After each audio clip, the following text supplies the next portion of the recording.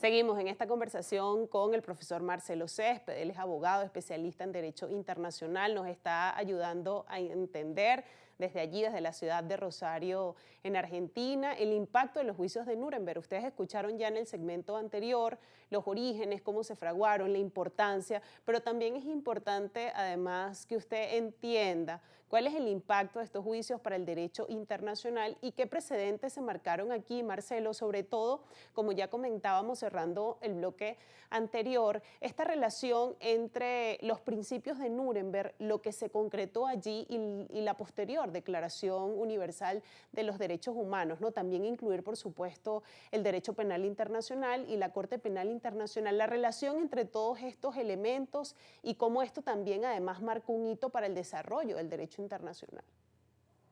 Bueno, así es. Los juicios de Nuremberg constituyen un hito fundacional del derecho internacional contemporáneo, particularmente en materia de responsabilidad penal internacional, derechos humanos, derecho internacional humanitario y también la consolidación de normas imperativas de derecho internacional que son las normas ius cogens. El impacto que tuvo podríamos explicarlo en cuatro dimensiones principales. La primera de ellas podríamos decir que es la responsabilidad penal individual en el plano internacional. Antes de Nuremberg, el derecho internacional concebía a los estados como los únicos sujetos plenamente responsables.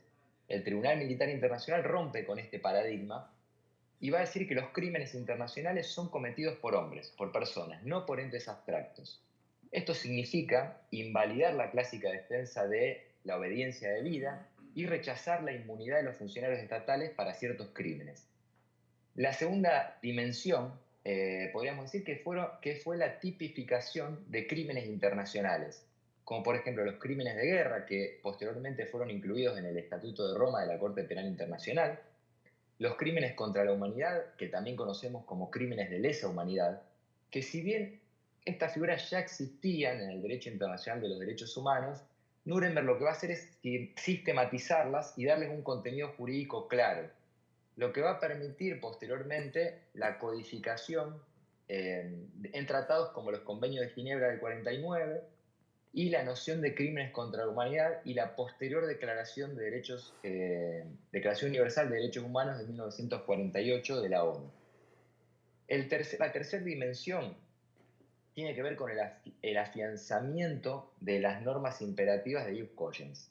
Es decir, la idea de que hay ciertos crímenes que violan intereses fundamentales de la comunidad internacional, la idea de que hay ciertas normas que son inderogables, que a pesar de no estar escritas, están en la conciencia humana o en la naturaleza humana, y de que hay ciertas obligaciones que son oponibles a todos, que son erga omnes. Esto es uno de los hitos fundamentales de Nuremberg. Y el cuarto hito que podríamos mencionar tiene que ver con la concepción humanizada y universalista que trae al derecho internacional público. Nuremberg ayuda a la transición entre el derecho clásico, interestatal, descentralizado, hacia un derecho internacional humanizado, donde los individuos van a ser los destinatarios y titulares de derechos y obligaciones, donde se va a entender a la comunidad internacional como un todo, como fuente de legitimidad. Y además va a surgir un incipiente orden público internacional. Esto se enlaza directamente, a mi entender, con la aprobación de la Declaración Universal de Derechos Humanos, que recién comentabas, Nastasia, con la centralidad posterior de los derechos humanos en el orden internacional y con la consolidación del principio de responsabilidad.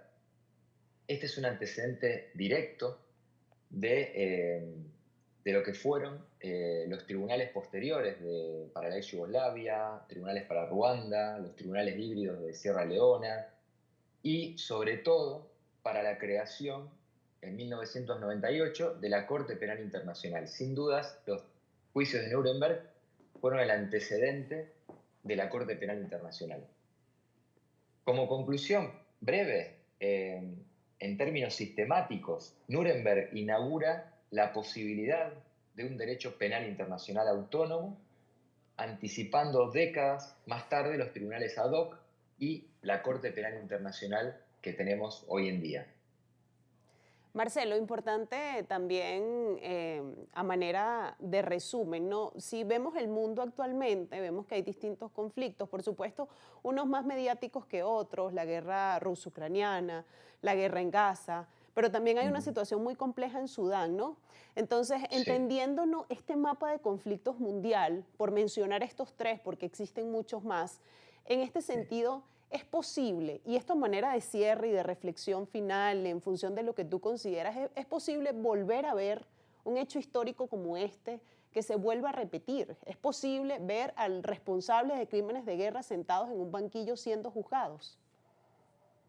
Muy buena pregunta, muy buena observación y claro que es posible, de hecho es esperable, porque muchas veces este tipo de juicios traen justicia y muchas veces este tipo de justicia ayuda a cerrar heridas. Esto en Argentina lo hemos vivido.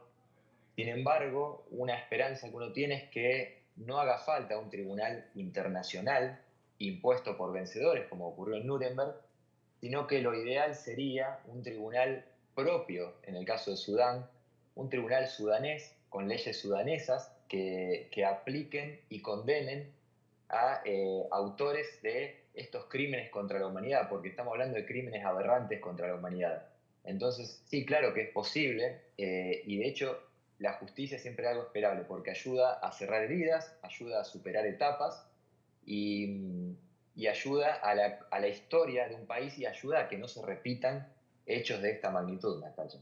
Sobre todo además para la población civil, ¿no? Que es la que tanto padece en estos conflictos y en estas acciones tan atroces. Bueno, y esperemos que esto se pueda ver, que la justicia realmente pueda ser mediador y pueda resarcir esas heridas tan profundas que dejan estos conflictos. Marcelo, a mí me toca despedir el programa, pero yo te quiero agradecer profundamente este análisis tan completo, tan técnico. Estoy segura que la audiencia pudo entender el impacto de estos juicios y la importancia que tienen o que tuvieron, no solamente en su momento, sino además en la actualidad.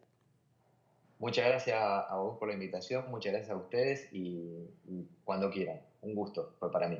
Muchísimas gracias. Escuchaban Gracias. amigos el análisis de Marcelo Céspedes, abogado, profesor de Derecho Internacional. Si a usted le interesa su contenido, que además tiene un contenido muy interesante y muy completo a través de su cuenta en Instagram, Derecho Internacional Público, allí puede ver no solamente este análisis, sino muchos más sobre otros conflictos, otros temas internacionales que también analiza muy bien ahí. Puede ir a visitar su perfil en Instagram. Por supuesto, muy agradecidos de que nos haya acompañado en esta edición de Ampliamente. Recuerde, como siempre le digo, si está interesado en ver otros programas, están en nuestro canal de YouTube. Ahí usted pone en el buscador Ampliamente y le van a salir la serie de programas donde analizamos este y otros temas que también impactan en el escenario internacional. De esta manera nos despedimos, como siempre, agradeciéndole y deseándole una feliz tarde.